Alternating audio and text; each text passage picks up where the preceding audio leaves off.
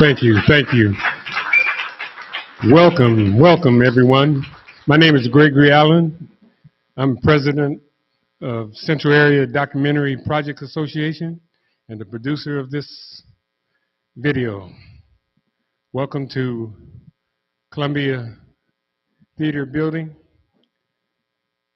And I want to thank and give the owner of this establishment, Tony Benton, a hand. Everybody give him a hand, please.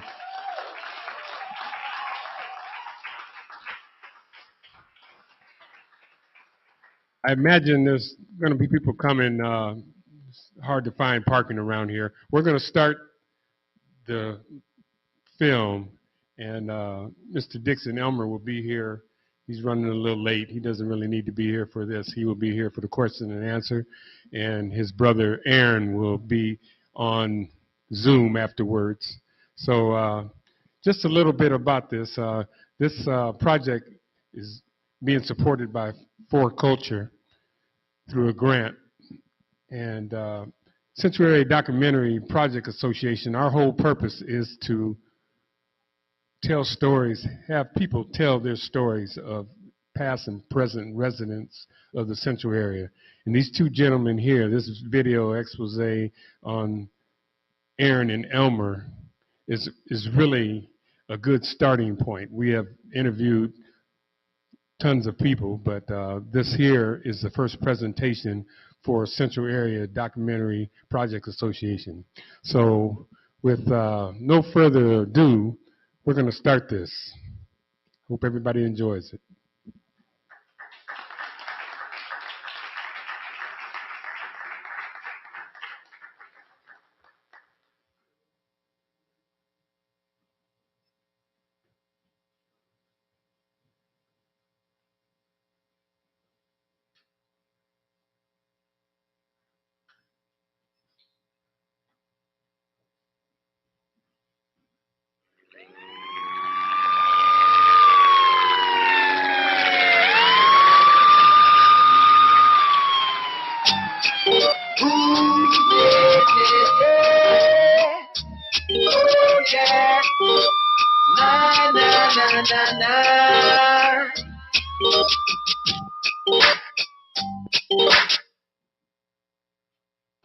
We came to Seattle in about 1958, I believe. And my father got a job offer from Boeing. And we had been living in Champaign, Illinois. And everybody in my family was born in Chicago. And we were originally from Chicago. We were from Chicago.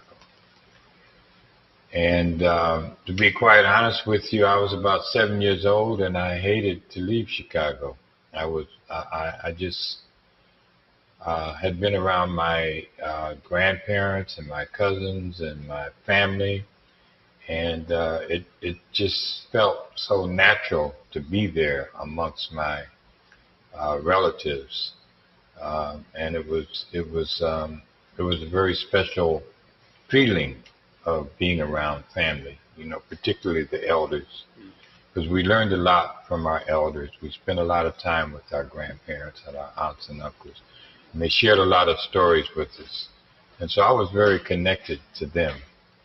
And so when the decision came that we were heading to Seattle, I was angry, and I remained angry for a very long time, I couldn't not really understand why my parents wanted to separate us from our elders.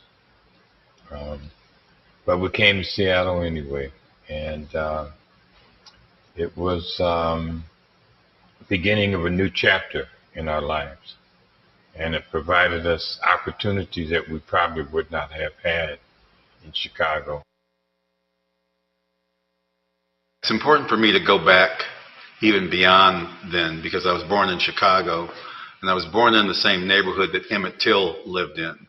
It was the same neighborhood that my father grew up in, and we, 1950, of course, and you have scattered recollection of those years, but we had moved to Champaign, Illinois, south of Chicago. Chicago was very segregated at the time. still is segregated, quite frankly. My grandmother, my mother's mother, could pass for white and did during the Great Depression in order to help support the family. And she worked in a fancy restaurant in downtown Chicago that was patroned by doctors and lawyers, rich doctors, wealthy doctors and lawyers. And she had picked out careers for her 4 grandchildren, me being one of them. And the career that she had picked out for me was to be a doctor. That's important because years later, of course, when we started the free medical clinic, that vision of being a doctor had gone away from me personally. But it as my comrades and I started this clinic, it really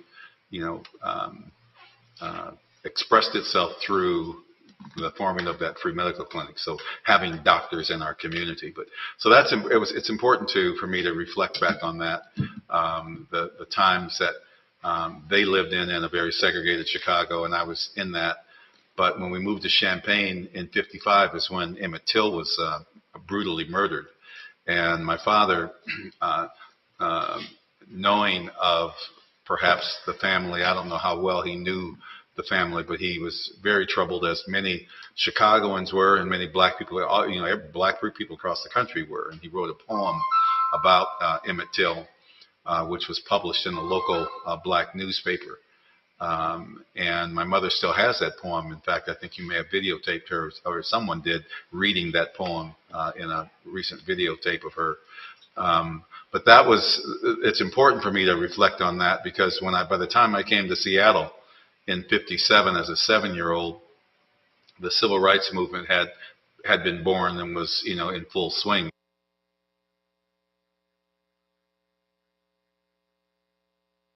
That was one of the reasons why my father decided that, us going to a place like Seattle would provide us with more opportunities. And so we came to the Pacific Northwest. My father was someone who really enjoyed being around other cultures and other people. And that was something he really was not able to do in Chicago. Because Chicago was one of the most segregated cities in America. And I think it is, in terms of one of the most major cities in America, still very segregated. So coming to Seattle, it opened up a lot of things for all of us, and it provided my father an opportunity to meet a lot of different other people from different nationalities and different communities, as well as the central area was not just a black community, but it was a community of people of color. It was a community of Japanese, Chinese, Filipinos, and, from elementary school on up, we all went to school together, and we all interacted together. Our family we lived on Judkins and 29. We moved around a few times trying to find, our spot, our place that was going to be our home.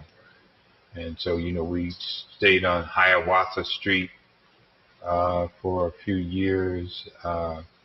Then we stayed up on 24th Judkins, where we met the Richardsons and Cornelius Bolton and Ron Bolton, who would become our play cousins. And we developed a very closeness to Cornelius Bolton and Ron Bolton. But eventually we moved to Madrona, up on the hill, Madrona Hill. And my parents bought a house there, and it was a beautiful house, and it provided us with the, room that we needed to grow.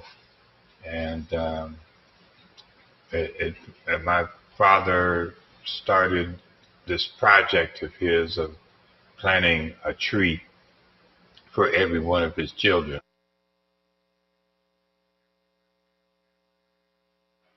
Because Madrona was what we refer to as a melting pot neighborhood. We lived across the street from Madrona Park. My mom still lives in the same house, as you know. And the kids on the playground, they were black kids, Filipino, Chinese, Japanese, white, rich and poor, because we didn't know we were living on the edge of the red line, but we were. And so the two of my best friends lived on the other side of the red line, David Booth and Mark Sprague, and they were on the wealthier side of the tracks. We didn't know that. Their houses were nicer and bigger. One of them even had a maid. It was that bringing up in that kind of environment, coupled with the fact that my dad, he fought in World War II when Pearl Harbor was bombed. He and his buddies were 17.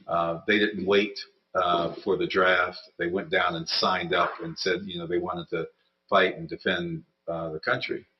And when he got his induction papers, there was the name of the town, and at the end was MS. And I guess he wasn't good at geography because he thought he was going to Missouri. Well, he ended up in Mississippi. And Mississippi in 1942, when they got off the troop train, they were warned not to go into the little town when they got leave, when they got furloughed, because violence could break out.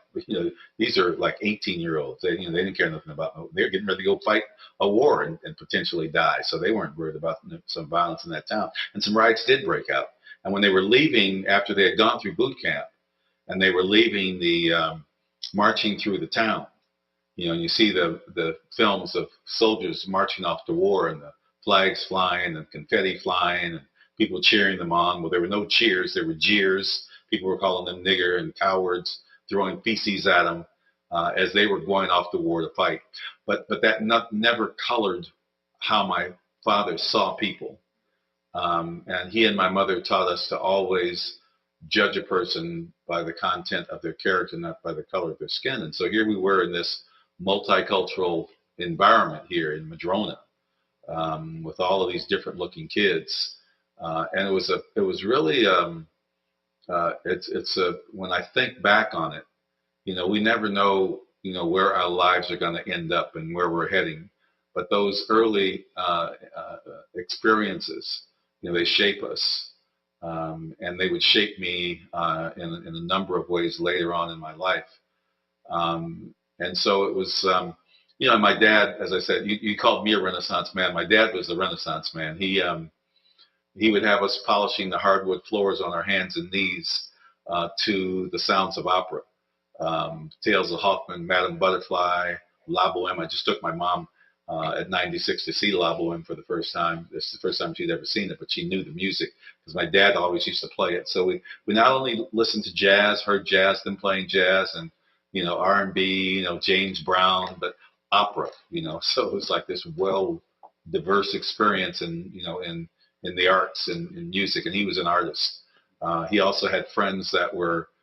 In fact, that's why we polished the floors, because he had Scandinavian friends that would come over on that Friday night after we got the floors all polished and do loud Scandinavian dancing as they rolled back the carpets, and we experienced that stuff. He had friends that were Jewish. We went over their home on Passover and ate my first matzo ball when I was 11 or 12 years old. And so, all of those experiences, with different people. When I was about 13, I had an opportunity. I heard Martin Luther King was coming to town, and so I told my parents I wanted to be there. And so there I was, walking down 23rd from Madison to Cherry with thousands of other people with Martin Luther King, and actually walking beside Martin Luther King and having conversations with him. And I had mentioned to him that I asked him how come we didn't have a bodyguard, and I told him he should have a bodyguard. And so when we got to Garfield Park, where Martin Luther King was to deliver his speech, I made my way up to the bandstand, and I sat on the edge of the bandstand because I had witnessed the assassination of John F. Kennedy, President John F. Kennedy. And I was tremendously affected by that, as were many other young people. And I didn't want anything to happen to Martin Luther King. I didn't really understand what I was doing at that time. I don't know what I was looking for. I know that I just wanted to make sure that nothing happened to Martin Luther King, as if I could have done something. Maybe I could have, maybe I couldn't. But I was so affected by meeting Martin Luther King that I had decided in my mind that that's what I wanted to do. I wanted to fight for justice. I wanted to fight for the right things. And I started volunteering for the local civil rights movement in the NAACP, and going out on protests and going out on demonstrations. I remember there was a protest at one of the hotels. George Wallace came to town, and he was at one of the hotels downtown across by the Federal Building. Can't remember that little small hotel's name. And we had a picket around the hotel. Somebody threw some water on us. And when Martin Luther King talked about, or when the city decided that they were going to try to do a voluntary busing program to integrate the schools, I was one of the first volunteers. I felt, well, this is what Martin Luther King wants us to do, is to integrate these white schools, and then I'm going to volunteer to do that. And so I took myself out of Meany Middle School, which probably was a good move for me, because Meany, I got into a lot of conflicts at Meany. And we were carrying, most of the people that I hung around with, we were carrying knives. We were carrying push buttons, knives, switchblades, and so it was a time for me to, move into a different environment in terms of our consciousness. And, we heard the word Black Power. We heard some of the things that Stokely was saying that, really galvanized us in terms of, hey, man, America is a racist country, and it has a long history of racism. And unless we fight, it's not going to change. So one of the first things that happened was Stokely Carmichael came to Garfield High School to speak. And me and my brother went out and got some Ray-Ban sunglasses, because that's what Stokely wore. And, a bunch of us, we made our way to Garfield, and we're sitting right there in the front at the auditorium, listening to Stokely, and his fiery speech, his words. And we were just, it just like took us into a whole nother realm of thinking. It aroused our anger, the anger that we may have had and may have tried to hide. That anger really began to come out of us, and it's really transformed us. I have been working at Swedish Hospital, and I have been working there for about 2 years. And on my senior year, the supervisor called my house and offered me on the first day of school, offered me a full-time job. They wanted me to drop out of high school and come work with them for $2.50 an hour full-time. My mother heard that conversation and grabbed that phone from me and cussed them people out. After I heard Stokely, I went to work one day, and I decided I was going to wear my sunglasses while I was working. And I was working on a conveyor belt, and I made some mistakes. My supervisor asked me to take my sunglasses off. I said, no, I'm not taking them off. And I made another mistake. She asked me again, and I just exploded. Anger came out of me, words came out of me that I don't know where these words came from, but I had never used profanity against an adult before. But that was the first time that I did. I said all kinds of words to her, and I walked out, and I never went back. I was a new person then. I was growing an afro then. An opportunity came for me to attend the University of Washington. Something I didn't know if I would be able to do, because when I was at Garfield, my counselor told me that I was not college material and I was not going to college.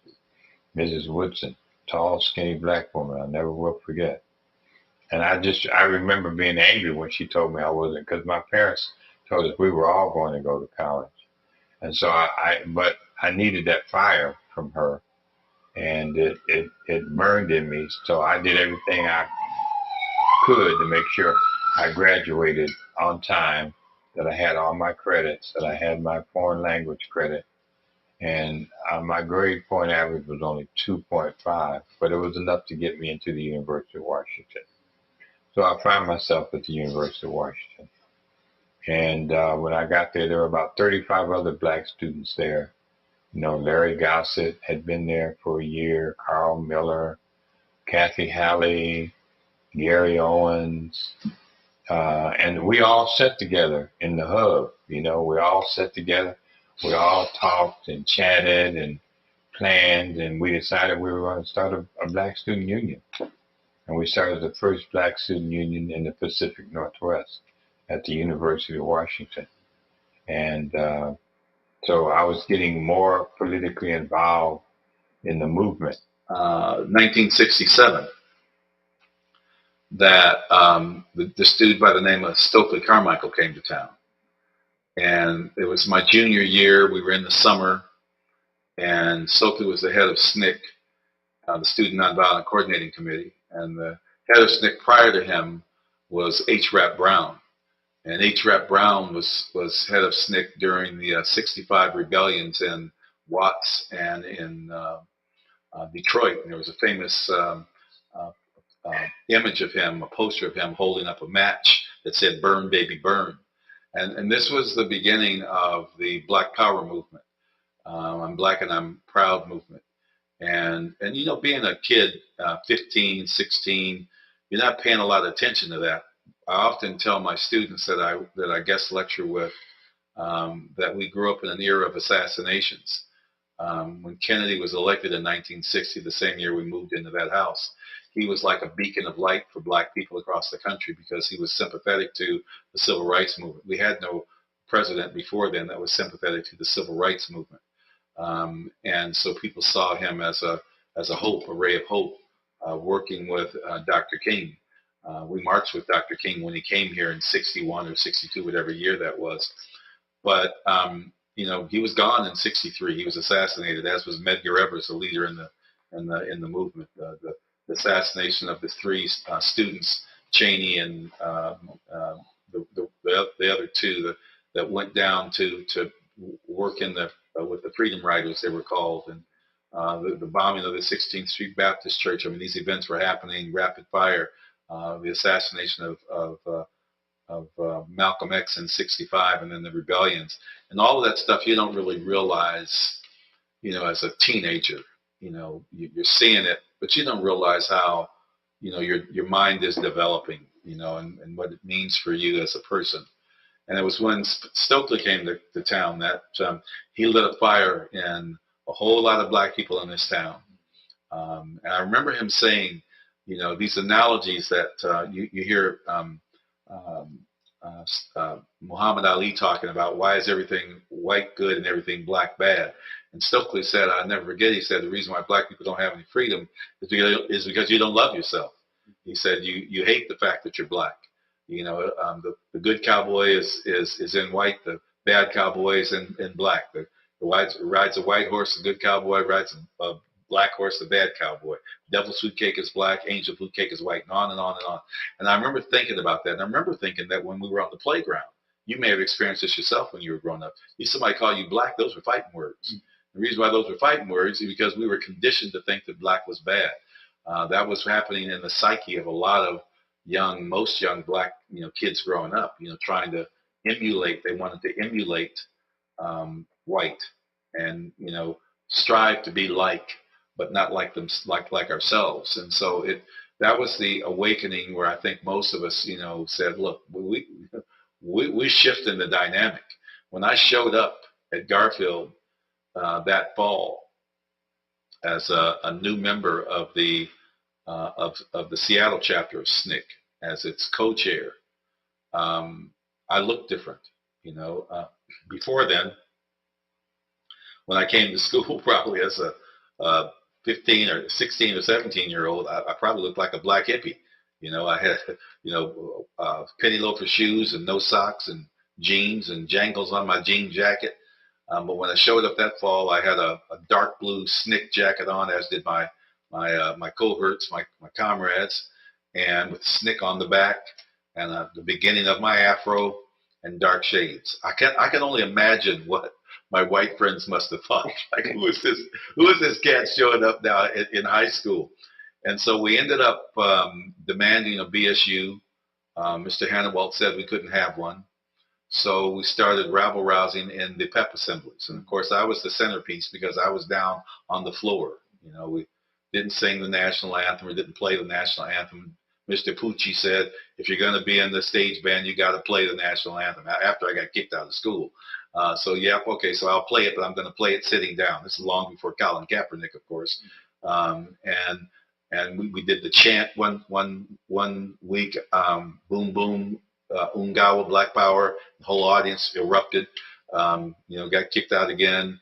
Then he still wouldn't relent. So we called an all-school boycott of classes. And he must have thought, or the administration must have thought, well, it's going to be a handful of these black students. We'll deal with them, and the rest of the kids will be in class. Well, what he didn't realize, or what he underestimated, was all of those kids we had grown up with, the white ones, the Asian, the Chinese, the Japanese kids, Filipino kids. We'd all gone to school together, grade school, middle school. There wasn't middle school back then, junior high. And nobody went to class. Mm-hmm. The hallways were filled. I used to say that no one went to class except for the honor students. And John Bridge, the son of Ben Bridge, who now runs the company, reminded me that he didn't go to class either. And so we got our BSU. We were the first high school black student union on the West Coast of the United States. And so that really was the birth of my activism. That was the birth of me questioning and pushing back. And there was an incident at Franklin High School, because that was one of the things that we wanted to do, was be more involved in the community. And there was a black young man who was kicked out of school for a fight. I may not have all the facts to the story, but anyway, he was kicked out of school. The white boy wasn't kicked out, and we decided we were going to lead a demonstration at Franklin High School. So we led a demonstration of about 25, 30 students on Franklin High School, and we closed the school down. Mm-hmm. The principal took off. He ordered all the teachers to leave, and that was a perfect opportunity for us. And this was a victory for us, So we got all the students together in the auditorium, and Larry Gossett gave a speech, and we talked about our victory, and we went home that day, feeling very good about what we had accomplished. 2 weeks later, I'm sitting on my bed doing some homework, and there's a knock on the door, and it's the police. And they tell my mother, we have a warrant for your son. And so I was arrested along with Larry Gossett, Carl Miller, some of the other leaders of the BSU. My brother Elmer and Anthony Ware were arrested straight out of high school at Garfield. They were taken to juvenile. We were taken to King County Jail. First time I had ever been to jail. And King County Jail was an old, archaic jail. It was something out of the Deep South. And so while we're sitting in jail contemplating our situation, the news comes on, and it's Walter Cronkite, and he says he has an announcement that Martin Luther King had been assassinated. And so, God, we were all so angry when that happened. When we heard that Martin Luther King had been assassinated, some of the inmates wanted to attack the white inmates, and there were some older black guys there, and they were able to really calm us down and get us to understand that that wasn't the way to move at that moment. But I remember going back to my bunk that night, and I remember saying to myself that my picket sign, because I had come accustomed to carrying a picket sign, that my picket sign would be replaced by a gun. And we got out in about 2 or 3 days, and we heard about a Black Student Union West Coast Conference taking place in San Francisco State. So we rented a bunch of cars through the BSU, and about 20 of us drove down to the Bay Area, and we went down to San Francisco State. And while we were there, we heard about this funeral that was taking place. We heard a few brief things about the Black Panther Party while we were doing our BSU work. We ran across one of the newspapers. The first time I heard about the Black Panther Party, I remember I had been out playing tennis, and I had to come in for dinner because we all had to be at the dinner table at 6 o'clock. And I remember walking past the TV and seeing a protest, a armed protest by members of the Black Panther Party on the Capitol in Sacramento, California, protesting a gun law that they had passed to keep the Panthers from carrying their weapons. And I didn't think much of it, but I said, man, look at them brothers with their weapons, man. I said, wow, that is cool. You know, I ran back on outside because I want to be the next Arthur Ashe. But so anyway, we did, we made our way to Oakland, and we went to the little Bobby Hutton's funeral.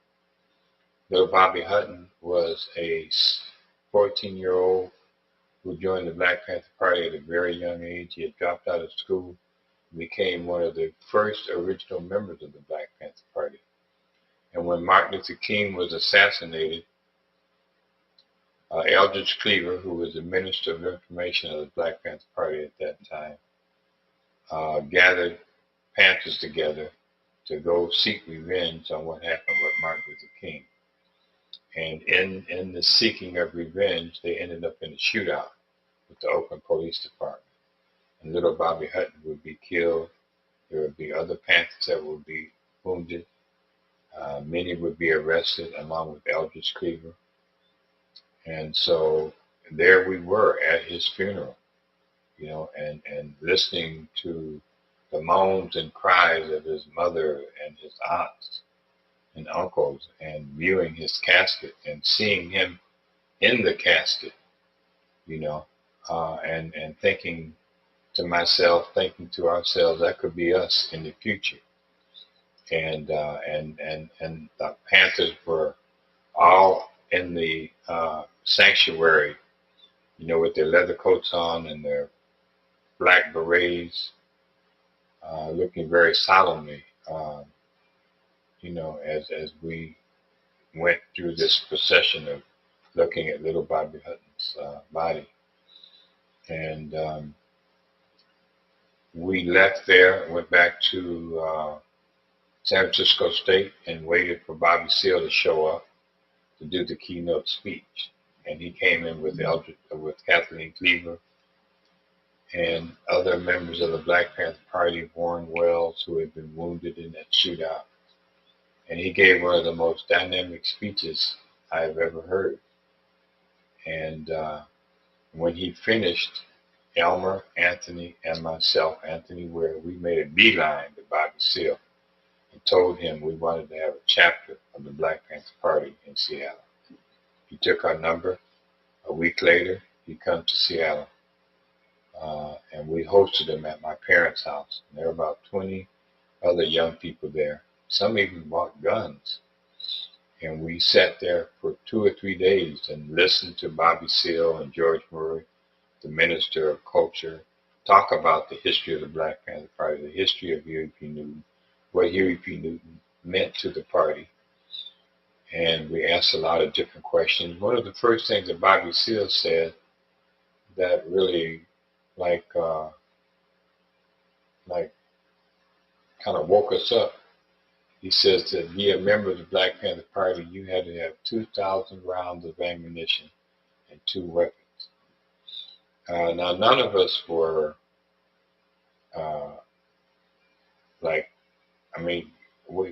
most of us, a lot of us had BB guns. A lot of us had 22s. You know, we went hunting sometimes, you know, with our 22s. So we had been around weapons before, but this was a different level that what we were getting ready to enter into. And so towards the end of the meeting, Bobby Seale says, he asked the question, well, who's going to be the captain? There were people there that were older than I was. Maybe they should have been the captain. I don't know. But for some reason, fingers pointed to me. And I became the captain of the Seattle chapter, the first chapter, outside of the Black Panther Party, outside of the state of California, rather. And Bobby still wanted me to leave with him to go on a tour in New York to organize other chapters and branches, but I had to get my mind ready for what I was entering into. I knew my life was going to change drastically after being appointed as captain, and I had to take some time to think about it and prepare myself and ask myself, was I ready to take on this responsibility? A week later, I was ordered to Oakland, California, and I had my Panther uniform on the plane, and I flew down to Oakland. I was met at the airport by some veteran Panthers and taken to central headquarters on Peralta Street, and met some more veteran Panthers who took me to their house, and they were so excited to have a new chapter outside of California. You know, they were excited to meet me and hear that we had a chapter, and they started pulling out their weapons, their technical equipment is what we call them, and showing me their AR-15s and M16s and their loading equipment, ammunition loading equipment. And so I started going out selling newspapers, and I started going to meetings and getting indoctrinated and prepared to become the captain of the Seattle chapter. One Friday evening, the group of us, Landon Williams, Randy Williams, 2 brothers who had been in the military, special forces, Robert Bay, who had also been in Vietnam, and a couple other brothers, we decided we were going to go out to West Oakland and get something to eat. But before that happened, we were sitting we were in the kitchen, and they wanted to introduce me to the Panther drink, which is called Panther Piss, which is dark port wine and lemon juice. So they went and got some dark port wine, poured a little bit out, squeezed that lemon in there and shook it up, and started passing it around. You know, drinking that Panther Piss and smoking a joint as well. And then we heard a big bang, and we ran into the front room, and Landon Williams was there with his .44 Magnum. He just shot his TV out. And they said, Landon, why'd you shoot the TV out? I said, man, I got tired of them cowboys killing all the Indians. And I said, wow, this brother's serious here. So we go on down to West Oakland, and we get something to eat, and me and a 16-year-old Panther, Orlando Harris, who had also went on the armed protest in Sacramento. We went out, stood on the corner, smoked cool cigarettes. And now this is only a week and a half after little Bobby Hutton had been killed, so there was a lot of tension on the streets between the party and the pigs, the police, as we called them. And I remember a police car pulling up, and Orlando started yelling at the police, "Pigs, you pig, you motherfucking pig! You better stop at that! You better stop at that light!" And so I started yelling too, So we're both yelling, and then they go around the corner and come back, and by this time the rest of the comrades come out, Randy and Landon and Robert Bay, Tommy Jones. And now this is West Oakland. This is where Friday night, where there was a beehive of activity. You know how it is in the ghetto. Friday night, all the clubs are there. Streets are full of people. And so more police cars start pulling up. And they start getting out of their cars. And I remember how the people running and saying, I hear people saying there's going to be a shootout. And people are running and leaving the streets. And a year earlier, Huey P. Newton on that same corner had been in a shootout with the Oakland Police Department, where he was wounded, another policeman was killed, and another police officer was wounded. And Huey had been arrested and charged with murder, an attempted murder. And so I just remember, people running, and I'm thinking to myself, where is everybody going, And Robert Bay, who's a short, stocky brother, I remember him saying, spread out. He says it in his deep voice, spread out. He's telling us all to spread out. And so we spread out because we're all armed. The police are armed. And I remember the prostitutes across the street saying, we ain't going nowhere. We're going to stay out here and see what happens to our brothers. And so pretty soon, the streets are almost deserted. It's us and the police and the prostitutes across the street. And one of the police officers, the lieutenant, I assume, puts his hand on his gun, and he starts walking towards Landon Williams, who is kind of out front of us. And I remember seeing a young brother with a McClymon's Letterman's jacket on, and our eyes met, and it's like almost like he read what I was saying. I was thinking, I wish this brother would stay out here and help us. And he just said out of the blue, man, I will stay here and help you, but I got to get home. And he's gone. So I just remember, I said, damn, this is how it's going to end for me. I'm going to die right here tonight. And I just remember my childhood flashing in front of me, as things just got more tense by the second. And Landon, the police officer, started walking towards Landon, saying, I'm going to search you. And Landon's the one that shut his TV out, mind you. I'm thinking, wow, Landon's crazy. And so Landon is slowly backing up while the police officer is slowly moving forward. And Landon tripped over a garbage can top, a metal garbage can top, and it vibrates. You could hear it vibrating. And that just cut the ice. It cut the ice because the police were all jammed up. You could see that they had a lot more fear than we did. They were all bunched up. We had spread out.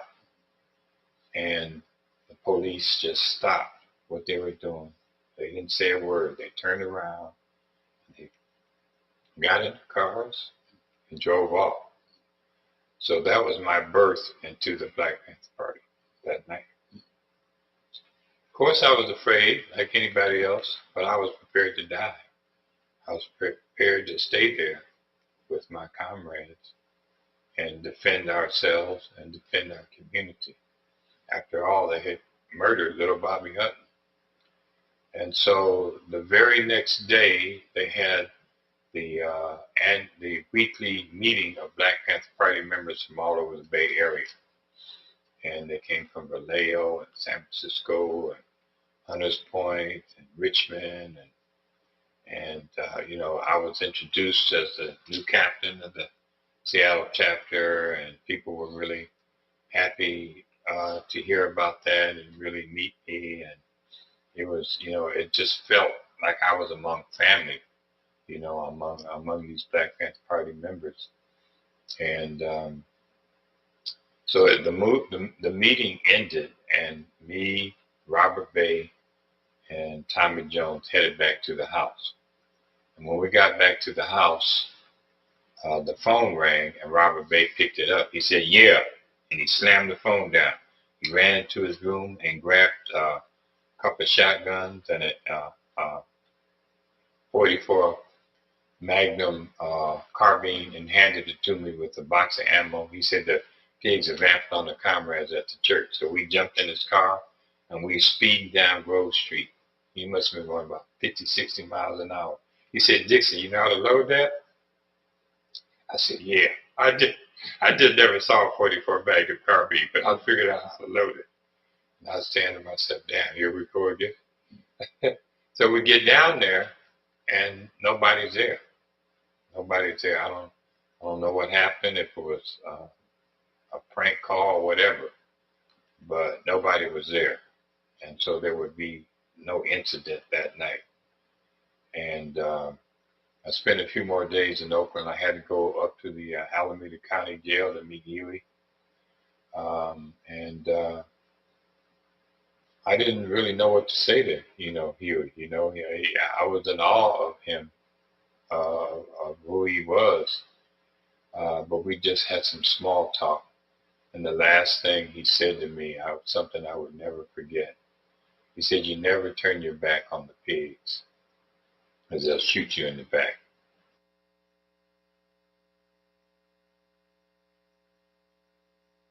So as I had mentioned that it wasn't an easy thing to start the first chapter outside of the state of California of the Black Panther Party here in Seattle. First of all, you had infiltration in the party of police informants and FBI informants that we would later find out. And you had other people that had their own agenda, that were coming in with their own agenda, which really didn't have anything to do about the party. And what we called these people opportunists. And that's what was happening with Curtis Harris and maybe a few other people. So there was challenge to my leadership, and there weren't a lot of people that I could trust. And what it boiled down to, the only person that I could really trust was Elmer, my brother. We had grown up together. We did and growing up, we did everything together because that's what our parents had instructed us to do. I remember when Elmer got his paper route, I was instructed by my parents that I had to help him on his paper route. And so we teamed up together doing his paper route. He would do one section and I was doing another section. So we learned how to really work together, in that process and many other things. And so when the party started, Elmer became one of the few people that I could really trust, besides Kathy Halley and Gary Owens and a few other people. So he became my right hand.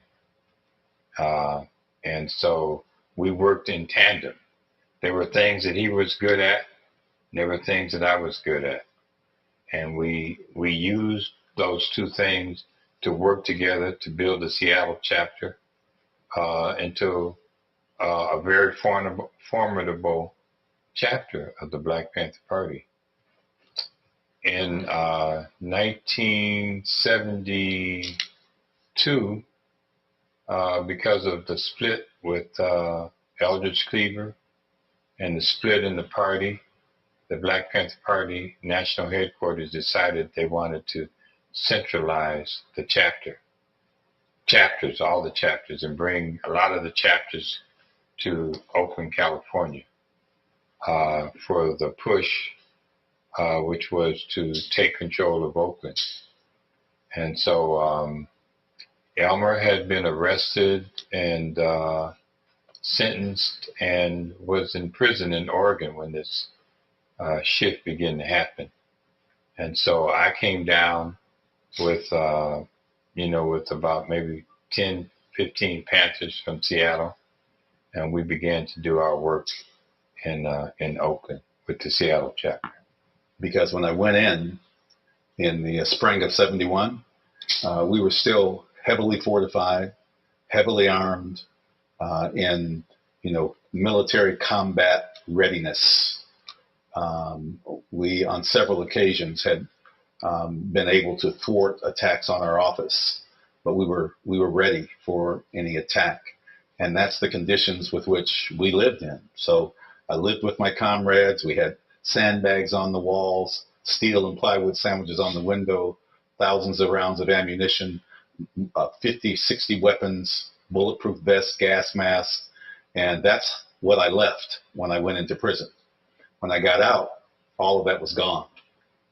The party had shifted to this, on this national level, to building this base of operation that Aaron talks about, and I was aware of that. And when I got out, but it was like a shock, coming out of, going in this, prepared for death, basically, and coming out, and we were organizing around a campaign. In fact, when I first got out, I traveled to Oakland to see my comrades, see my brother that I hadn't seen in 2 years, and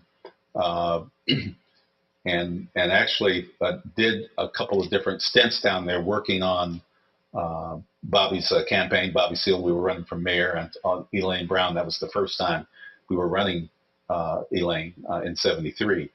So the transition had shifted. So our perspective in terms of how we were going to continue to build this revolutionary movement, while we were still doing so, we were not doing so from this kind of defensive-minded standpoint. Didn't mean that we weren't still defensive-minded.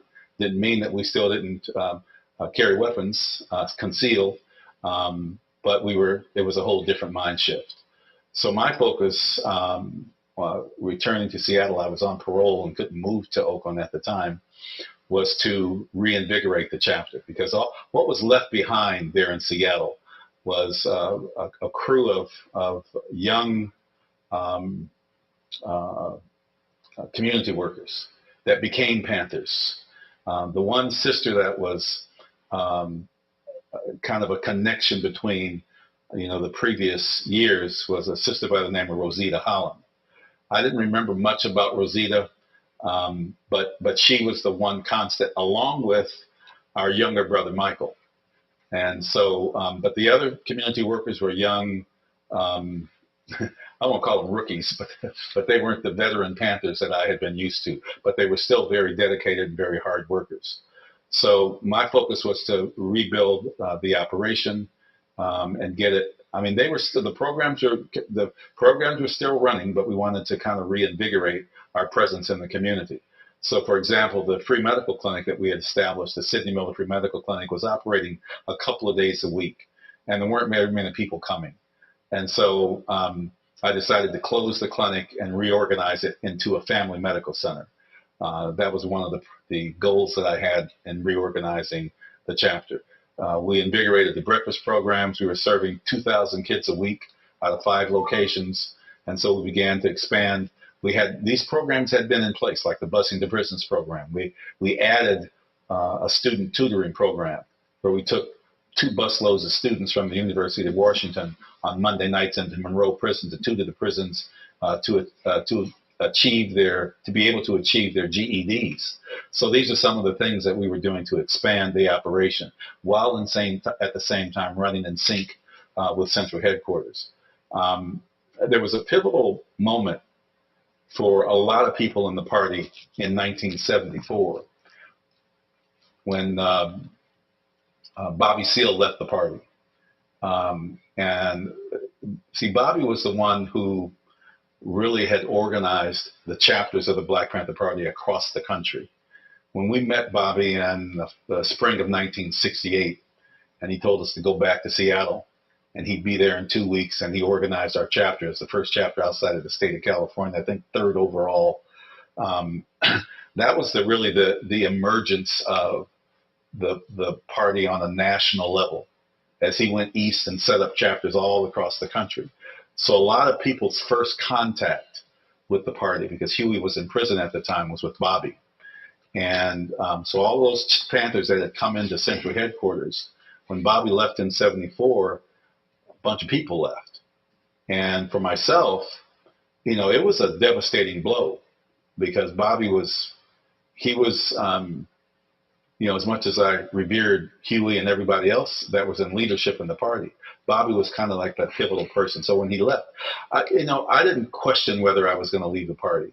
It was just the pain that I felt, and a lot of other comrades felt. But we continued to push forward, because the revolution wasn't about one individual. It wasn't about one person. And so he was going to be sorely missed in my mind, and a lot of other people. But we continued to push forward, continued to build and organize. And so this situation that occurred in 76, really over some BS. And it was not just about what we were feeding or not feeding the kids in the breakfast program. It got personal about what I was feeding my own kids. When I was called to Central Headquarters, I went down and realized when they went through this process and said that I was going to be moving to Central Headquarters, I knew that it wasn't going to be a pleasant situation. So when I came back to Seattle, I met with my comrades and I met with my wife. And we had 4 kids at the time. And there was no way that Dee Dee, my wife, was going to move to Central Headquarters, nor was I going to move my family. And I met with the comrades, and we discussed it. And they all voted and all agreed that I should stay in Seattle. And so I called Elaine and told her that I wasn't coming, that we were going to continue to run the programs, and she decided to come up here with the group that Aaron mentioned. And so it was a standstill in the office. It was very tense. And Aaron knows how we were trained. And, I was head of security when the party first started. So I was prepared for anything when they came. Our group, there was one of the 4 or 5 comrades that were in the office, our comrades here in Seattle. There were only 2 that I could rely on. One was my brother Michael, who was not seen, was invisible. The other was Ron Johnson, who was my lieutenant. And if shit broke out, the other ones, I knew that they weren't going to be prepared to do anything. But myself, Ron, and Michael would take care of business if we needed to. But we tried to avoid that confrontation. Unfortunately, no weapons were drawn, and we were able to get out of that situation without any bloodshed. But Aaron's right. We were at the brink of it. It was very tense. And this scene is described in my book in more detail. I won't go into it here. But following that, as I told Elaine that we were going to take over I was taking over, we were going to run the programs. We continued to operate as if we were the Black Panther Party for the next 6 years. That was in 1976. And we didn't have papers to sell, but we had such a strong foundation in the community that people, and we didn't go out and say we're the new Seattle Black Panther Party or whatever. People just knew that we were Black Panthers. And so we operated as if we were, as we always had been. And it was during that time that we were able to, we reformed some of the operations by starting a community service center that had a 501c3. We named it after Sidney Miller. And we continued with a couple of projects that I had set forth. One was to reopen the clinic, and one was to establish a school. And I had remade contact with Bobby, who was working for Representative John Conyers in D.C. And I flew back to met with Bobby, and we flew him out to Seattle to talk to a group of educators about how to set up a school. And there was a large group of black educators that were in there, one of whom was the brother that started Zion Preparatory School. Yeah. And so that led to, and Doug will have to tell you how much influence that had on him, but that led to opening Zion Prep. We never did get our school off the ground, but what we did get off the ground was reopening the Carolyn Downs Family Medical Center. It was at the time going to be the Sidney Miller Free Medical Clinic, but Carolyn, who was one of my most dedicated comrades, who worked in all of the programs, a young woman, 24, 25 years old at the time, contracted cancer and died before we could open the clinic. So we renamed it the Carolyn Downs Family Medical Center, which is what it is today. That's how it got that name. The Community Service Center still bore the name of Sidney Miller, who one of our fallen comrades. But we continued to thrive. And in fact, one of the original programs of the Black Panther Party that grew out of the police alert patrols was the Community Control of Police program. And I got appointed to the Seattle Church Council, the Church Council of Greater Seattle's Community Police Task Force Relations Board. And Ron and I introduced the Community Control of Police concept and program. We wrote it up like it had always been structured years before. And we, through that committee, we were able to present it, to get it on the ballot. But there was a sticking point with the Seattle Police Union, because there was I think it was a deputy or police chief that was on the council. And the sticking point, which was always part of the original Community Control of Police program that the Black Panther Party had put forth, was that police officers that patrolled within our community had to live there. And that was the sticking point, was that they agreed with, in concept, most of what we were saying, which was around community policing. But the fact that they would have officers would have to live in the black community if they were going to patrol there, they were not going to buy that. And we weren't going to give up on that. And so we pushed hard, and we almost got it on the ballot. That was in probably 1980. And I was working with a woman who had been on the city council to get it on the ballot, but we just barely missed. But that's how we were pushing forward, was to get community control of police in place, open our free medical clinic, either open our own school, like patterned after the Community Learning Center, the Oakland Community Learning Center that the party had organized in Oakland, or influence the opening of some black schools, which we believe that influencing Doug and others to launch a school took place. So we continued to operate until 1982. That was the same year that Huey closed central headquarters. So in essence, we were, one of the longest running, if not the longest running, chapter of the BPP, even though we were kind of a quasi Black Panther Party after we broke away from central headquarters. It's like a lot of things going on. Aaron can talk about the movie that's being prepared, because it's based on his book, and they're far along with that process. There's another brother here by the name of Rick Dupree is doing a similar documentary, but he's traveled with Aaron and I down there. He's doing a documentary. He's not doing a similar documentary. He's doing a documentary, full documentary, which is different. Yeah, it's a little different. A feature film. Yeah. Oh, yeah, it's different from the feature film.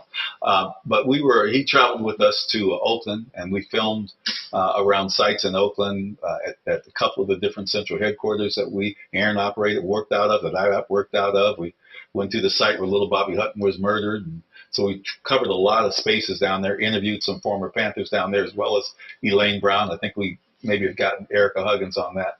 And then we're filming. We still have more filming to do here. But so that documentary, I was saying that it's similar to some of what you're doing, not to the movie. The movie is a whole totally different thing.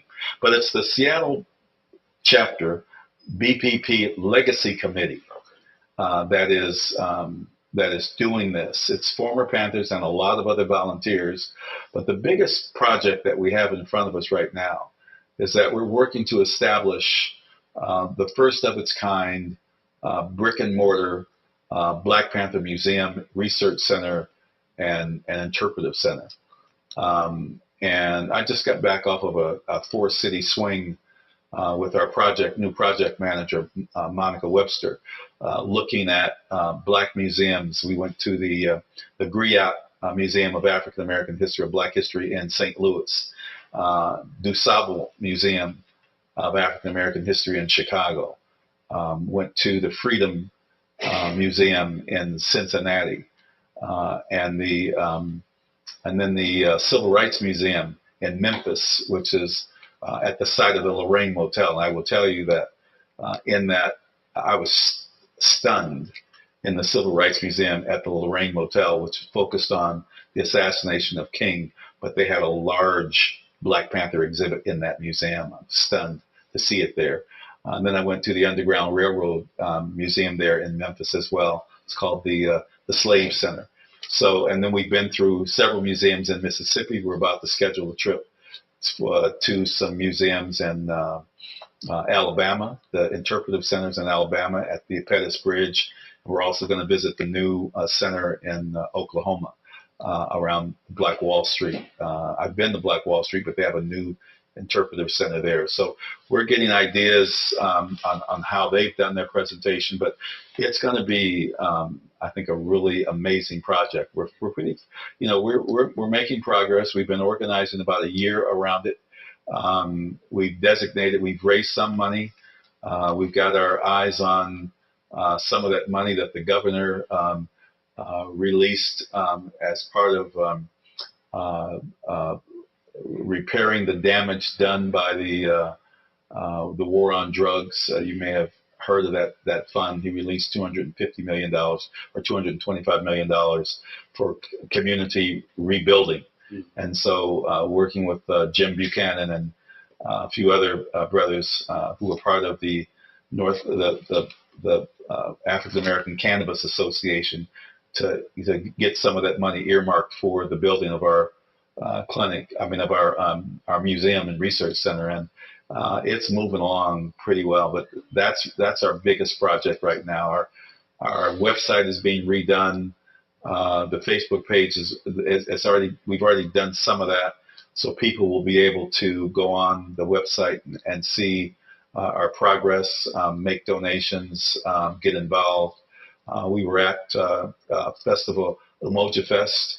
I had a booth there with our project manager and a few other folks, just as beginning to announce to the community that this is coming. We also were at Africa Town's community dinner. That was the first place we made the announcement. So the community is becoming aware. And everywhere we go, even across the country, when we visited these museums, they're excited about this museum coming together. So it's going to be a big deal. And I would say that is the main focus for those of us members of the Black Panther Party right now, is our legacy, is cementing our legacy. I'm on the board of the Huey P. Newton Foundation. And what we're looking at is, I'm working also on the museum here in Seattle, but what we're looking at is being able to open up 6 museums across the country about the Black Panther Party in different cities like Los Angeles, in Chicago, and Philadelphia, and a few other places. Because, as we were talking about the Black Lives Matter movement and the vacuum that these young people had to come in and try to create something. Of course, they were always looking at the Black Panther Party, but there's not enough there of substance that people can really get an idea of what the Black Panther Party was about.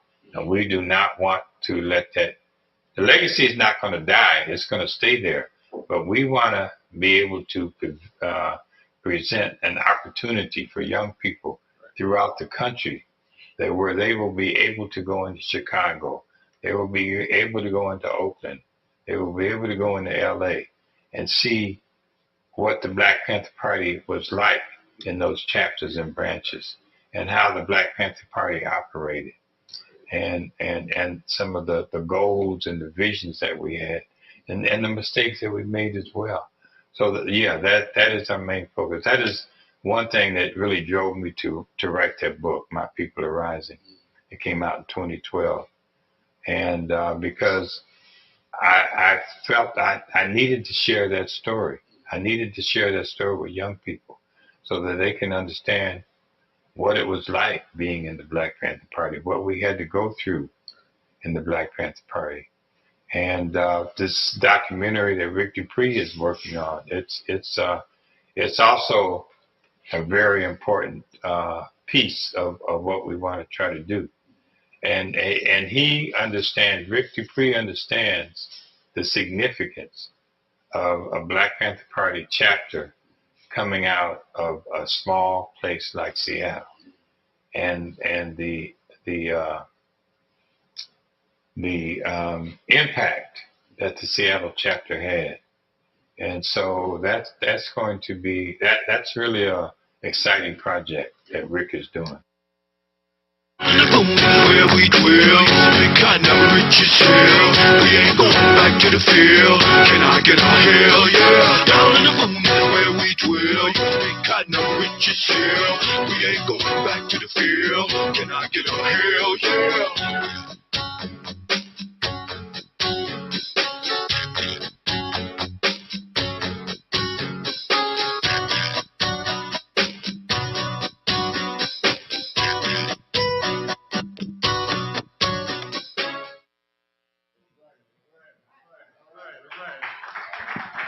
Hello, testing. Yeah, let's have another hand for telling the truth, Aaron and Elmer Dixon.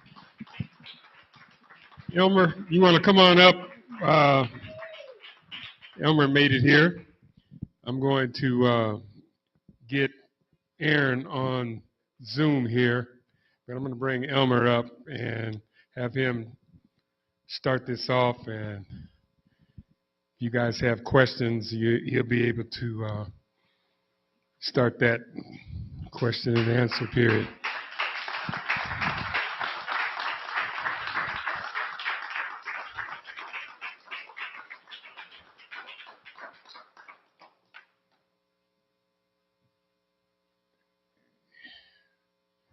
Right. There you go. Thank you, man. All right. Elmer Dixon.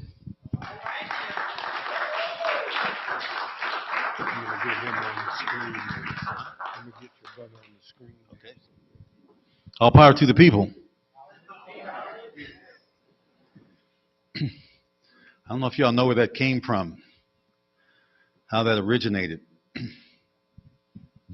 See, one of the lies that was perpetuated about the Black Panther Party is that we were a separatist organization,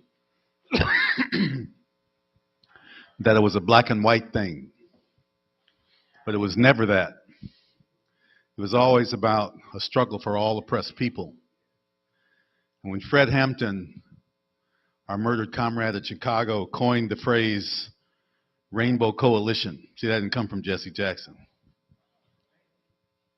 What he said is that what we need is red power for red people, yellow power for yellow people, brown power for brown people, white power for white people, and black power for black people. We need all power to the people. We need a rainbow coalition. We had a rainbow coalition. So when I say all power to the people, it's with that broad view, that broad look of a struggle against all oppression. And while we focused in the black community, we had coalitions with groups in every community. And we had a broad reach. We had chapters in London, in France, and as far away as New Zealand,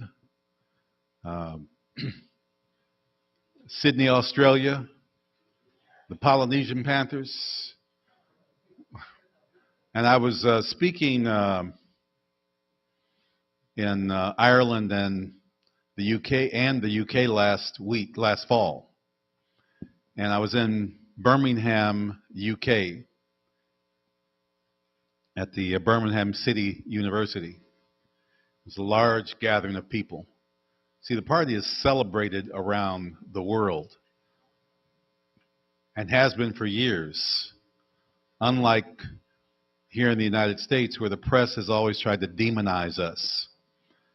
And following my talk, and students came down to get an autograph and talk for a bit, two brothers brought their mother down.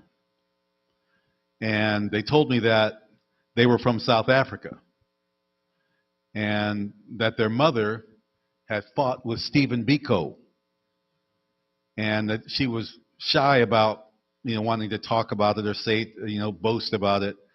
And she wasn't shy. She was modest, which is a trait of African people. And so when I spoke to her, I told her, that's something to be proud of. And she told me, she said, the reason why we fought, the reason why Stephen Biko got organized was because of the Black Panther Party.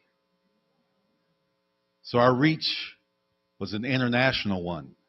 We had an office in Algeria, the international section, and so we had a broad reach all across the globe. We were a revolutionary intercultural, intercommunal organization that fought on all fronts. So that's just a little bit about the Black Panther Party. Is that my brother up there? Yes, it is. Aaron, wake up. He's in New Mexico, so he's a couple hours ahead of us.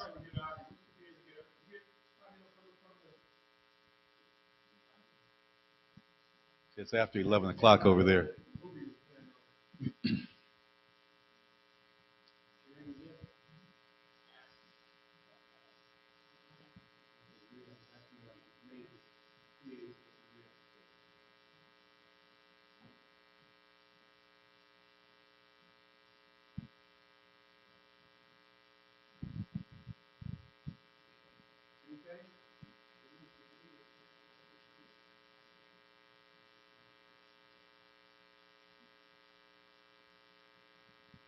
Aaron was just here last week. Brought some books with him, and he was at the launch of my book at Washington Hall last week.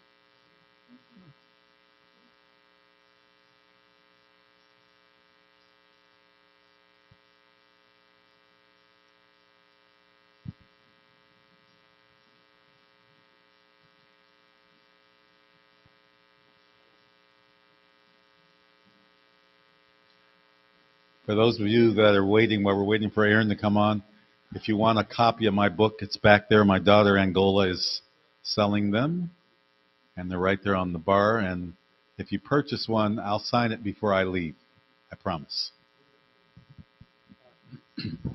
Tess, do we have audio from the projector?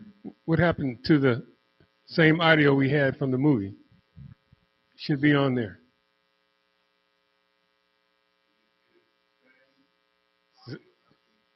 Nothing's coming out, huh? Yeah. It's coming through. Yeah.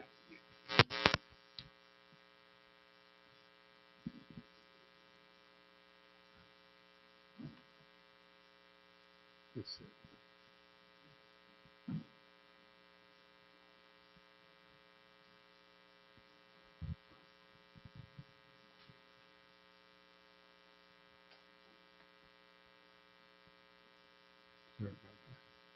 Testing. Okay. Say something, Aaron. 1, 2, 3. 1, 2, 3. Can you hear me? I can hear you in the computer, but it's not going out. It's not going out to the speaker.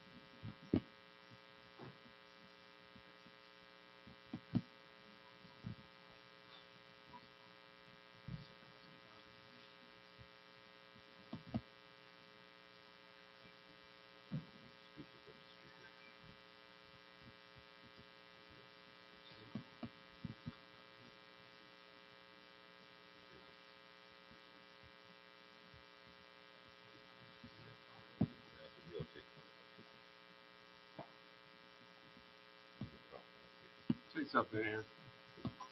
1, 2, 3. 1, 2, 3. 1, 2, 3. This part did.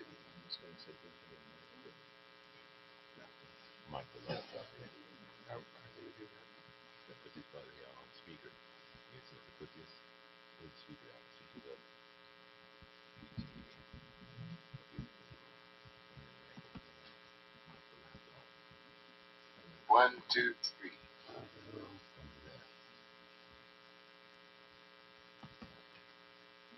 Okay, we're going to try to hold this mic, speak into it. What? 1, 2, 3. Here we go. Is that here? That's better. Feel better. Okay. They can see you now. Okay. Sorry about this. All right. Anyway, we're going to continue on. This is Aaron. Everybody can see him on the screen here. I don't know if we can bring the lights down a little bit, see it a little bit better. But everybody just watched the film there. The brother's up on stage. Anybody have any questions? Start this off. In the audience.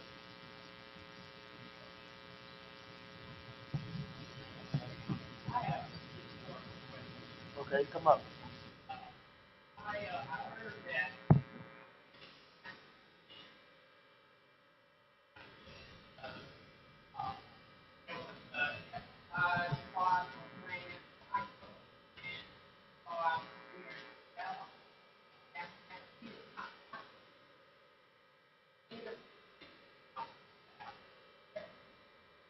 Yeah, that's in part true. In 1968, the summer of 1968, J. Edgar Hoover named the Black Panther Party the #1 threat to the internal security of the United States, and he relaunched his COINTEL program, which he had created in the 1920s to fight what he called the communist threat. And he used it against unions in the 1940s. He used it against the Kennedys. He used it against King. And when we emerged in his infamous memo, he directed his field offices to destroy, disrupt, and discredit the activities of what he called black hate groups and to prevent the rise of a black messiah. And so there were multiple assassination attempts here in Seattle on either Aaron or myself, other members. In fact, you remember one of our comrades that was shot at the site of Liberty Bank, across the street from Liberty Bank. This brother was supposed to be a high-ranking party member, the informant that set him up, Larry Ward, but he was gunned down as he was trying to surrender. But J. Edgar Hoover had named initially 3 cities for elimination. Those 3 cities were LA, Chicago, and Seattle. They began with murdering the 2 leaders of the Southern California chapter, Bunchy Carter and John Huggins, in LA on the campus of UCLA in January of '69. They were very instrumental in organizing the Southern California chapter, and J. Edgar Hoover wanted them eliminated. And they did that through the work of a FBI informant, the chief FBI informant down there by the name of Maulama Rankaringa, whose payment in blood money was Kwanzaa. And so don't be fooled, that's where Kwanzaa came from, through the death and murder of members of the Black Panther Party. Later that year, through another informant in Chicago, you may have seen the movie Judas and the Black Messiah, which was a faulty movie because it focused on the Judas as if he were a victim instead of focusing on Chairman Fred and his brilliance. And so he set up Fred and drew diagrams of his apartment where he slept, and they brutally murdered him. Days after they brutally murdered him, and we remember those events. We were at Bunchy and John's funeral. I remember when we got the call that Fred had been assassinated, and me and one of my lieutenant bodyguards was Jake Fiddler. We wanted to go to Chicago and exact revenge, but of course, Aaron wasn't going to let us do that. Bobby had instructed no revenge, and because that's what the pigs wanted, was to have these two organizations fighting in the streets. And so days after they attacked the Chicago office, they went to L.A. to finish the job. But what they didn't realize was that the Panther office was heavily fortified. Now, their informants may have told them it was fortified, but they didn't realize how fortified it was. In fact, SWAT was created for the Black Panther Party. That was the first time SWAT was used to attack the Panther office in L.A. And they fought them to a standstill for 4 hours. And when they ran out of ammunition, one of the sisters in the office, I don't know if you know that 65% or 60% of members of the Black Panther Party were women. So they fought them to a standstill. One of the sisters said, all right, we're out of ammo. We need to surrender. So they did. Days after that, unbeknownst to us, because we didn't know that there was this 3-hit list. Well, they knew that they were after us, and that's why we were always vigilant and had bodyguards and armed ourselves in our offices. We knew that they were coming for us.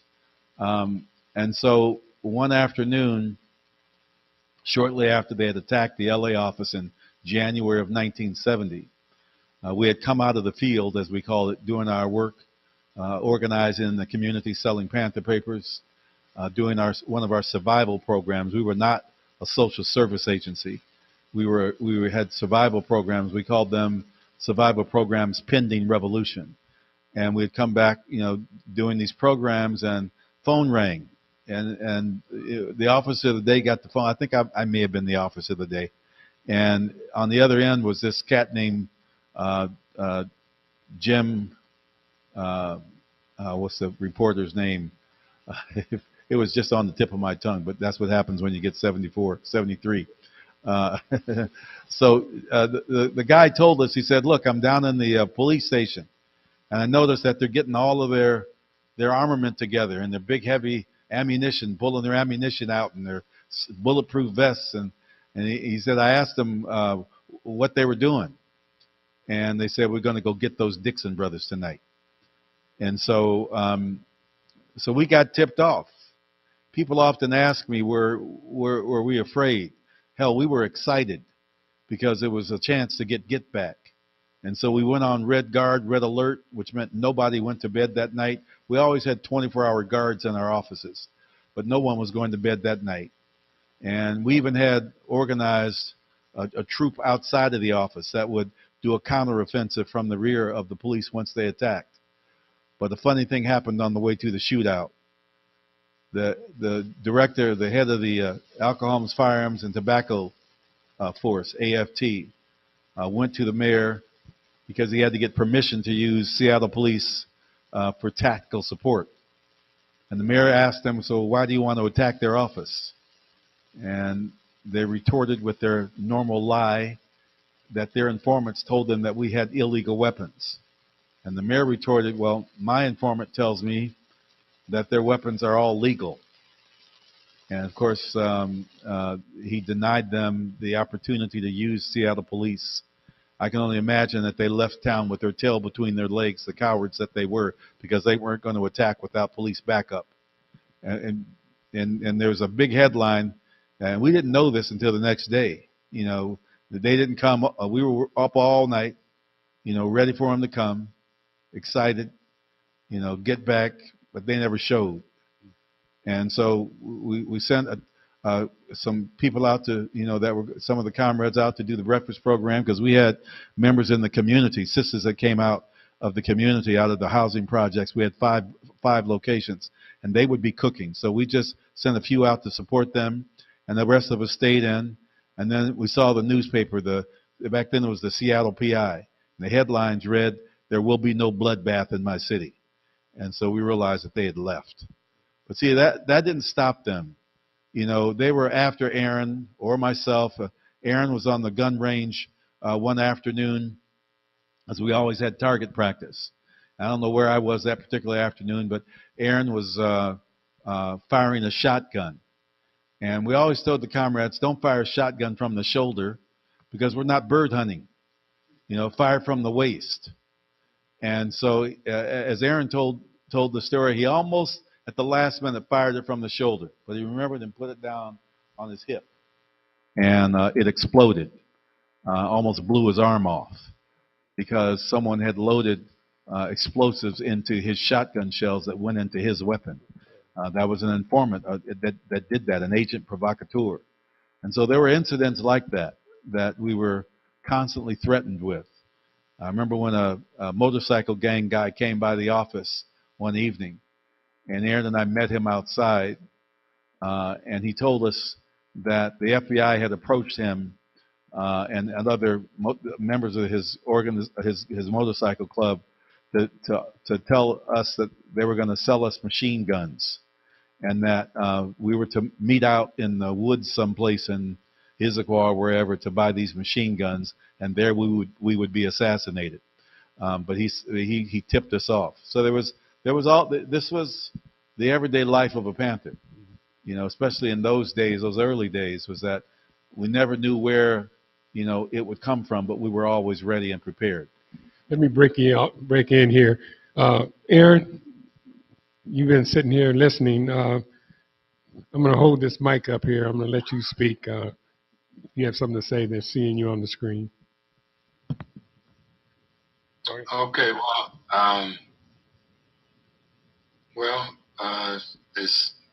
what was the question that the sister asked?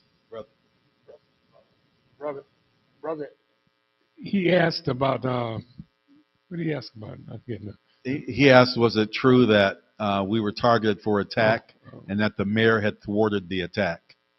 And that was the question. You hear that? No, I didn't. He asked a question about the mayor thwarting the attack on you guys. Oh, the mayor of West Homer, yeah. Yeah, I think Elmer answered most of that. I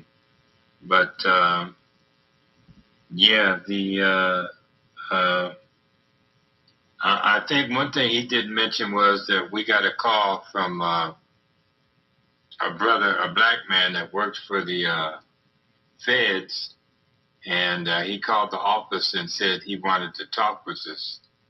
He had some important information. So we decided that we weren't going to talk to him. But he kept calling back, and he called, and we finally, me and Elmer met him down on the corner by the federal building.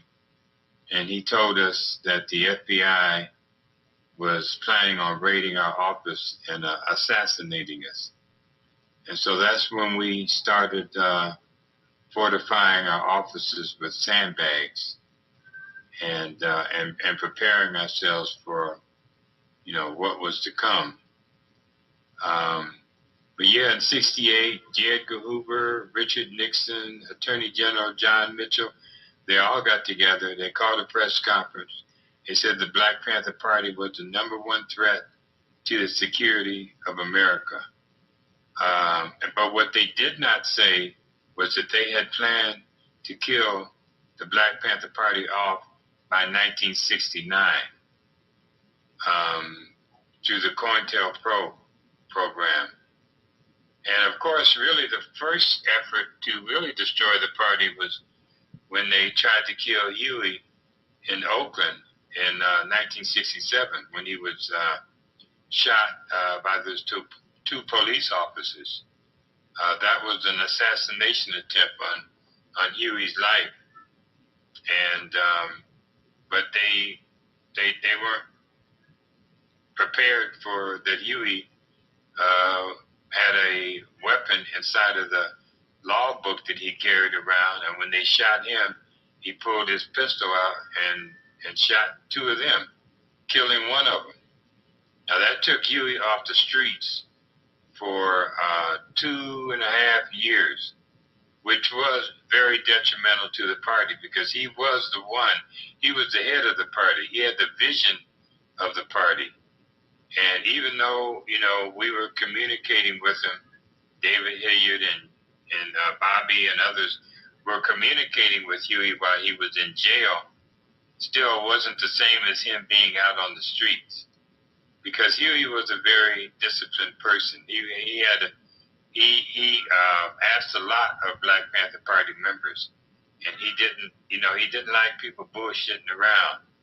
And so with him off the streets, the party didn't have a chance to develop the way that Huey had envisioned. And so that was right there, that was one blow against the party before we even had a chance to get started.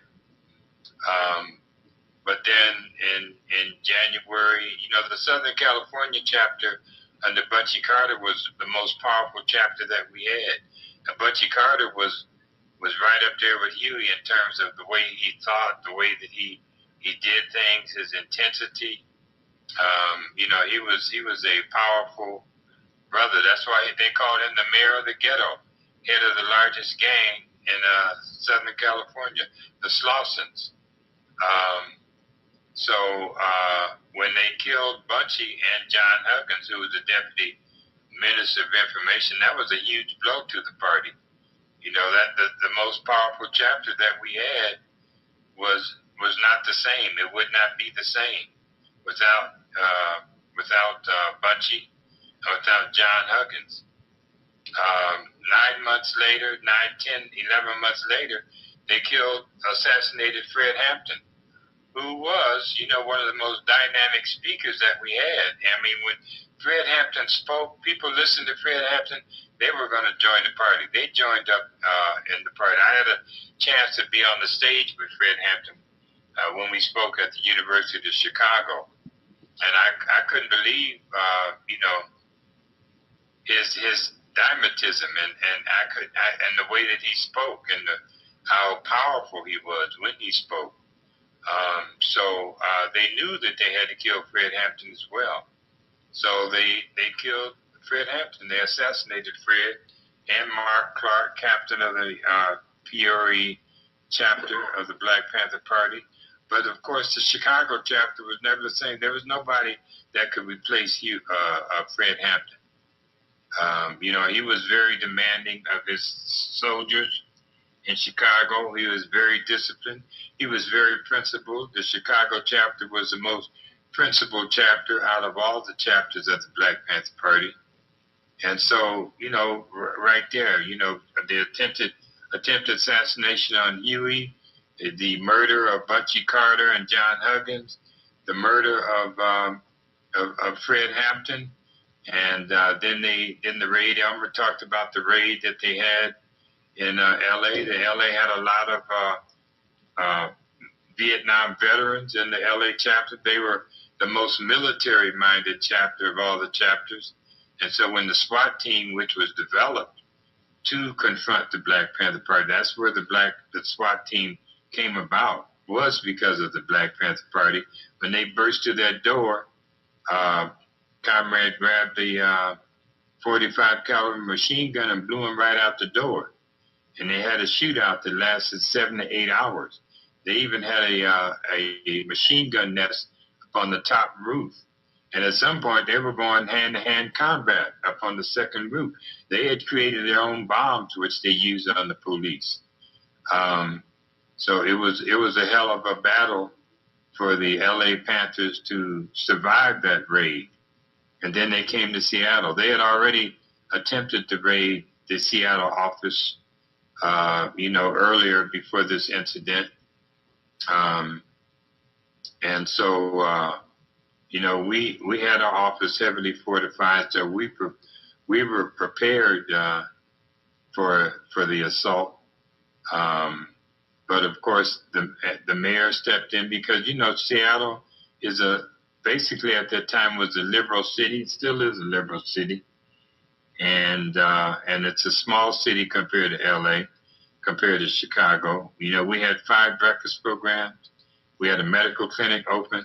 So we were very much rooted in the Black community in Seattle. We had a lot of support. Not they didn't have support in other cities, but because we were a smaller city. Mayor Wes Ullman wouldn't be able to sleep at night if he had allowed the FBI to come in and murder us. So he stopped that assault from happening. But I had an assassination attempt on my life in July of 1968. This was before when we first opened up our office in up on 34th. And I would later find out that I was on Richard Nixon's enemy list. He had an enemy list of 100, and I was on that list. So I know that their plan was to assassinate me as well. It didn't happen. They tried to by getting hold of my shotgun shells and taking the gunpowder out and putting a high explosives in there, which is what the Viet Cong did to the American soldiers in Vietnam, because American soldiers brought shotguns to Vietnam, which was against the Geneva Convention. So what the Viet Cong did, they would send their spies in there. They would get hold of their shotgun shells and take the high explosives, take the gunpowder out, put high explosives in. So they learned that from the Viet Cong. But if I had fired it from my shoulder, I probably would have been dead. But something told me not to fire it from my shoulder. I fired it down lower, and it ended up almost blowing my arm off to the point that they were going to amputate it. But my mother told them not to amputate my arm. So, it was a fight we were fighting for our lives those early years in the Black Panther Party. It's a miracle that we survived. But there would be over 35 members of the Black Panther Party that would die from 1967 until I'd say probably around 1972. That's a lot of deaths of party members. For one organization to absolve and to have to deal with. So. Okay. Of course, all of these attacks led to the church investigation. They began an investigation, and the Congress people an investigation into what the FBI was doing, and uncovered a lot of things. I sent Elmer back there to testify, and after that, the FBI had to stop those assaults on the Black Panther Party because they had been exposed in terms of what they were trying to do. Okay. Somebody else have a question? Yeah, come on down for a second so we can get it on the mic.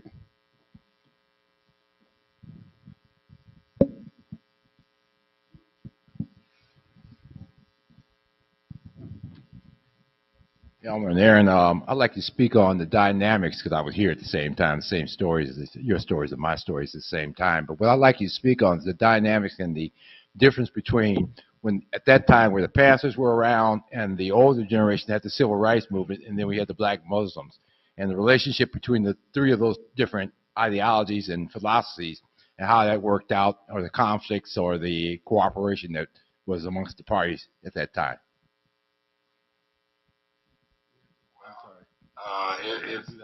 There were a lot of people who joined the party came from the civil rights movement. I was one of them. I met Martin Luther King when I was 13, and after I met him, I got involved in protests and singing "We Shall Overcome." And so a lot of us, after Martin Luther King was assassinated, we joined the Black Panther Party. We had brothers and sisters who were also in the Nation of Islam who left the Nation of Islam and joined the Black Panther Party. But, we were revolutionaries. Our philosophy was totally different from the civil rights movement, totally different from the Nation of Islam.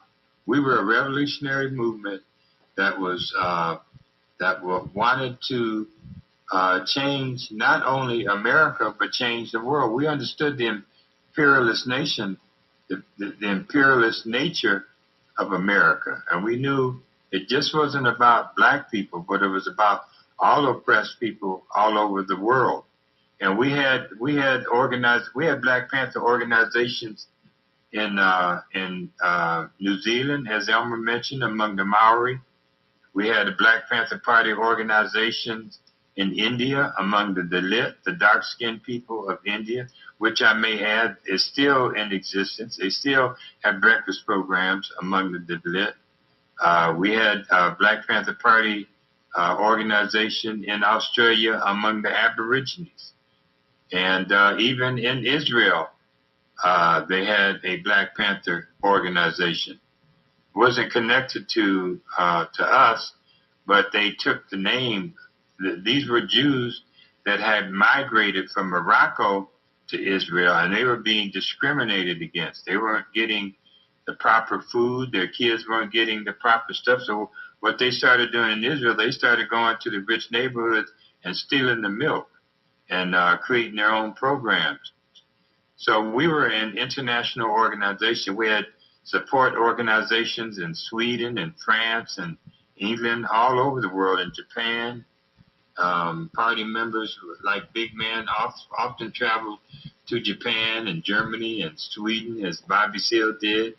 So we were an international organization that was fighting to overthrow the imperialist nature of the U.S. government. So that's what separated us from the civil rights movement and the Nation of Islam.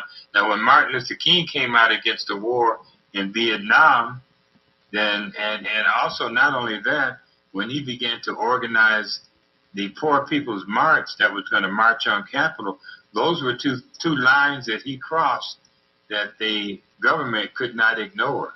And so he had to be assassinated because he was moving into the same realm, the same thinking that the Black Panther Party was. We have another question here. How you doing, brothers? Nice to meet the both of you. My name is Bill Doggett. I'm from Memphis, Tennessee. I was born in '61, so I think I was 6 years old when King got killed. And I can remember very well being on a street called Florida in Memphis, Tennessee, with the tanks going down the street. I'm a young kid. I don't know what's going on. But I was scared to death. It was me and my younger brother, and my mom was visiting someone. And all these tanks was coming down the street after, I guess now I know that King had just gotten killed. So that was a vivid memory. My oldest brother was actually staying at the Lorraine Motel when King got killed that night. But my real question is, during those days, because I was too young to really understand, but I was afraid when I heard the word Black Panther. So what were you guys doing in those days for younger Black people to understand what your organization was about, being that I wasn't old enough to understand what it was really about? In 1969, Okay. we organized here in Seattle our first summer liberation school.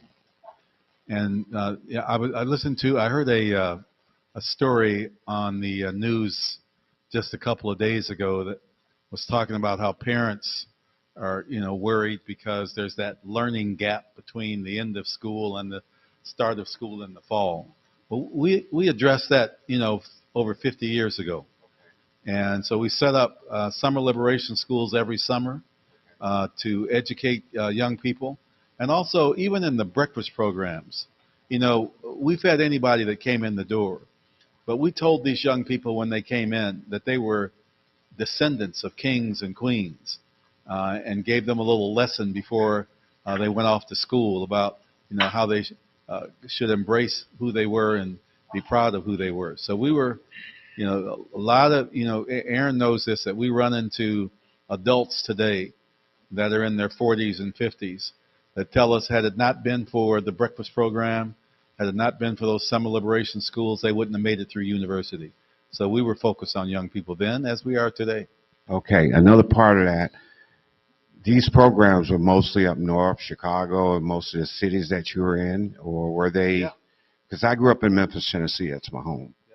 Yeah. And, I come from a well-to-do family. You know, grew up with a maid in my household, and no one worked. I'll put it to you that way.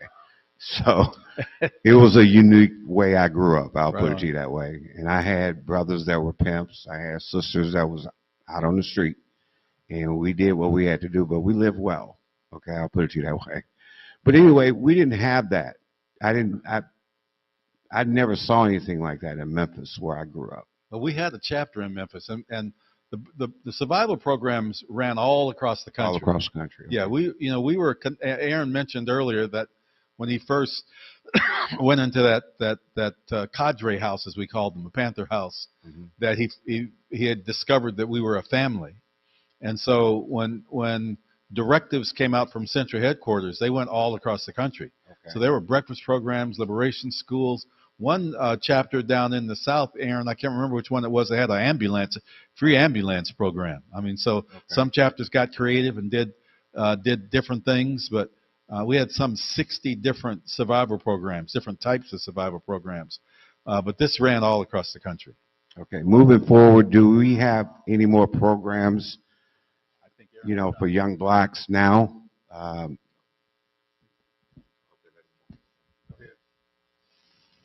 You're on, man. Aaron, did you hear that question? I'm sorry, what was that again?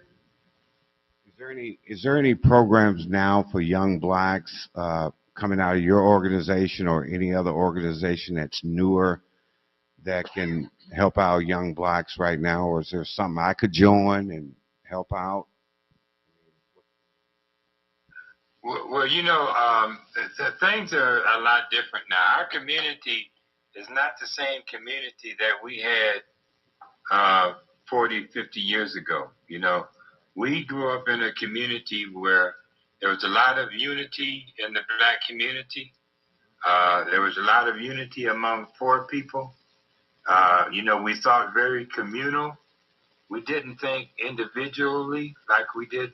This is a very individualistic society and culture that we live in today. And it's all about money. It's all about the bling.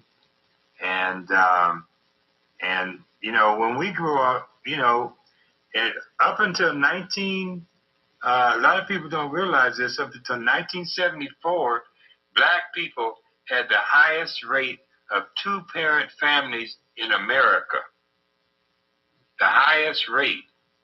We grew up in a neighborhood. We grew up in many places back that time. There was a mother and a father in the house. And if there wasn't a father there or if there wasn't a mother there, you had aunts and uncles that would fill that gap. So we had a very strong support community that existed back at that time. And we had a mentality that we were all up against the system and that we were all had to contribute some way to this movement that existed. We don't have a movement that exists now. We had Black Lives Matter movement, but that was very short-lived, that movement. And it didn't have the correct analysis on how to move forward. So things are a lot different now than we had the crack cocaine gang epidemic that happened in the 1980s. It had a lot to do with Ronald Reagan, and that crack cocaine gang epidemic literally destroyed the black family and destroyed the black community. Up until 1980s, there were very few black kids that entered into the foster care system because there was no need, because we had an extended family. Well, by 1990, the foster care system was full of black kids, and the black family had been torn apart. And not only that, you had this new thing, this new individualism, this new materialism, where money became the most important thing.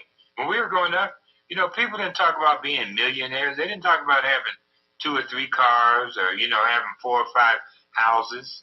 That wasn't the conversation. People just wanted to be able to go to work, get a job, and raise their family. That does not exist anymore. So we have a completely different thing. I worked as a gang counselor for about 25 years, and I worked with gang-involved youth. I opened up the transition housing program. You had the community, even though we were up against the line, a lot of people came together in the community. Here in Seattle and LA and many other places, a lot of organizations came about to address that whole crack cocaine epidemic. We were able to survive that, but it left our family structure, it left our community in shambles. You know, now if these athletes, if these entertainers who have millions and millions and millions of dollars, in some case billions of dollars, imagine if these athletes got together in every city and donated a portion of their income to rebuild the community. Imagine what we would be able to do. But that's not the mentality that exists.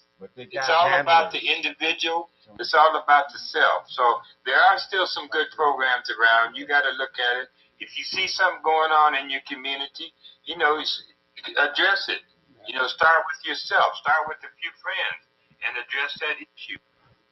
Let me just say one thing to the brother who asked that question, because there are, a lot of former Panthers are still operating in their communities around the country. And here in Seattle, Africatown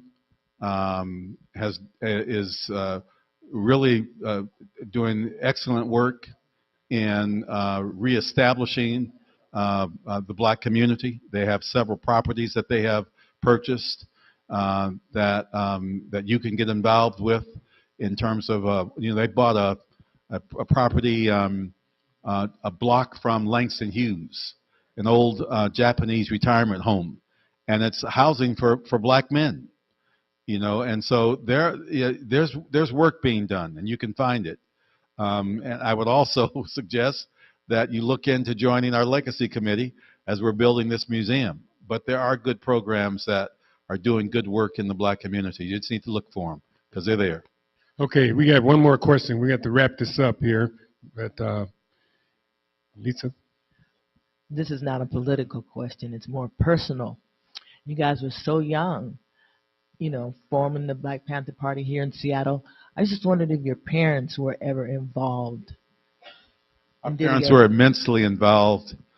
They cooked for some of the community dinners that we had, because we always had these cookouts where we would bring the community together and educate them. And they would. My father dug a barbecue pit in the back of his house to cook barbecue for some of these events.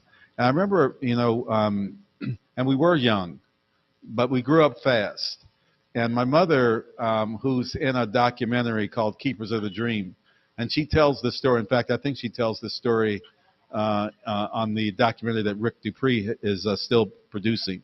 She said that when, in those early days, that she would get a phone call in the middle of the night, and she slept on the side of the bed where the phone was. My dad was on the other side of the bed. So she was the one answering the phone. She'd pick up the phone, and someone would say, "We're going to kill that nigger son of yours tonight." And she'd say, "Go ahead and try," and then hang up.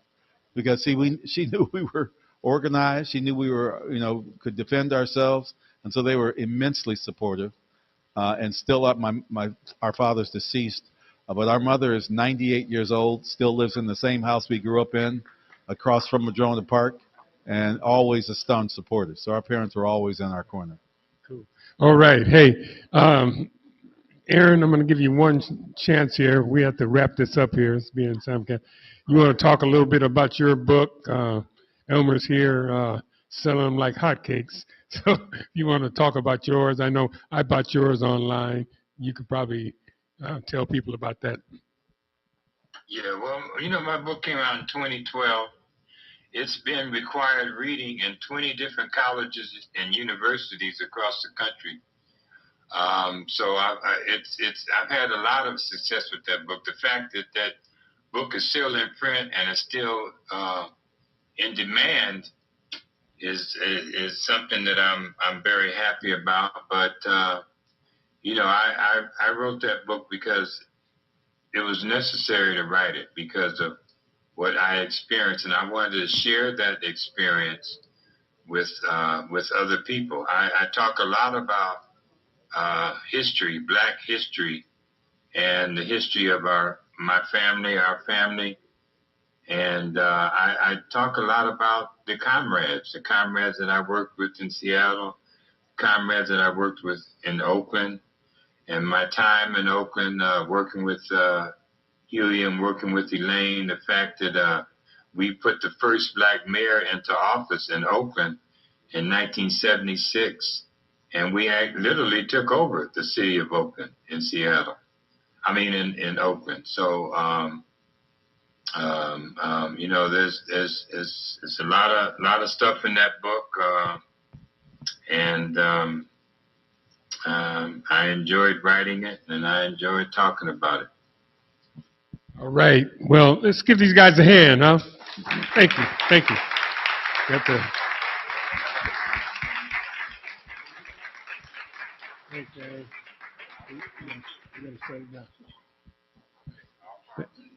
All power to the people, he said. All right, thanks everybody. Thanks for coming. Before you leave, I want to talk a little bit about Central Area Documentary Project Association. We have some people back there. We're a nonprofit 501c3, and we live by donations, grants. You can join as an associate member. I think it's, Robert, is it $25 or $20 to become an associate member. And it helps, you know, to do projects like this and helps us to go forward. So you could, Gary's back in the back there. He has applications if you guys want to sign up as associate members. We appreciate it. All right. Thank you for coming, though.